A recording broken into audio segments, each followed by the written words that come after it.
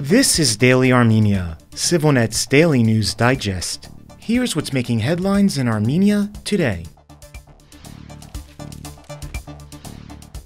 The U.S. Trump administration is circulating a proposal aimed at breaking the deadlock over a transport corridor through Armenia's southern Syunik province. According to an analysis by Olesia Vardanyan of the Carnegie Endowment for International Peace, the idea is to install a U.S.-run commercial operator as a neutral guarantor for the route, one that has long been sought by both Azerbaijan and Turkey. Modeled on an earlier EU plan, the proposal would put a U.S.-based logistics firm in charge of managing and monitoring cargo traffic, with real-time data shared with all sides. The approach is meant to give Baku long-term security guarantees while preserving Armenian sovereignty over the corridor. This plan builds on the precedent of international oversight of transit through Georgia's breakaway regions. Azerbaijan continues to demand a secure, internationally backed land route to its Nakhichevan exclave, but refuses to invest in infrastructure across Syunik without those third-party assurances. Turkey backs Azerbaijan's position, while Armenia insists on full control over its own customs and security. Vardanyan sources say both Baku and Ankara remain skeptical of Armenian political stability, especially in the face of possible leadership changes. The plan also has political overtones. A U.S. official reportedly told Vardanyan the deal could even earn Donald Trump a Nobel Peace Prize, hinting at how it might feature in his broader foreign policy ambitions. Washington hasn't made a final decision yet, but it may either press Baku to ease its constitutional demands on Armenia or push Yerevan to accept the U.S. corridor model before any final normalization deal is signed. With Russia's influence waning and European Union efforts stalled, Vardanyan concludes that U.S. involvement could be the only viable way forward, but it would mark a significant shift in the region's balance of power.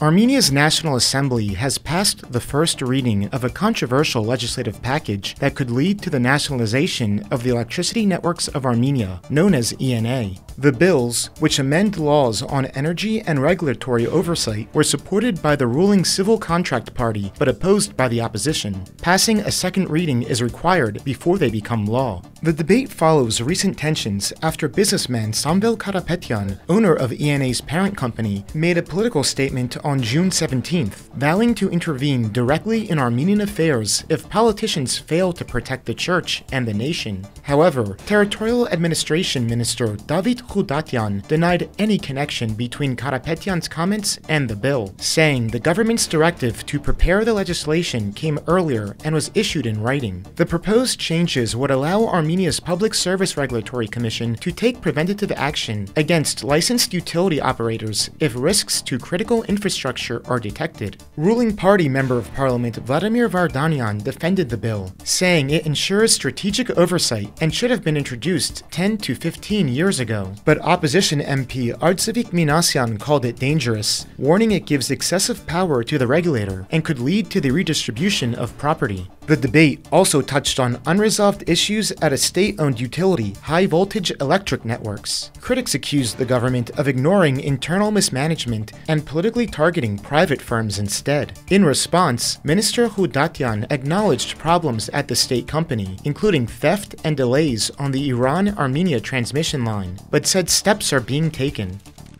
CivilNet brings you Armenia's latest business headlines in its weekly economic digest. The latest one details Pashinyan's plan to seize Armenia's main power distributor, among growing concern from the country's business community. Also, Armenia has launched a new state-run company to manage a major solar power plant project with United Arab Emirates, a new signal that the long-delayed plans are back on track. You can watch the full broadcast from the link in this video's description. And finally, the CivilNet number of the day is 270. That's the amount in millions of euros, or approximately $318 million, that the European Union will be providing to Armenia through 2027 under the terms of their new partnership agenda, as announced in Yerevan earlier this week by the EU's top diplomat Kaja Kallas. According to her, the agenda identifies priorities on economic development, security, and resilience, and the money will provide support to businesses, improve connectivity between Armenia and the EU, and contribute to reform efforts. And as always, please subscribe to CivilNet for the latest news and independent reporting from our contributors on the ground here in Armenia.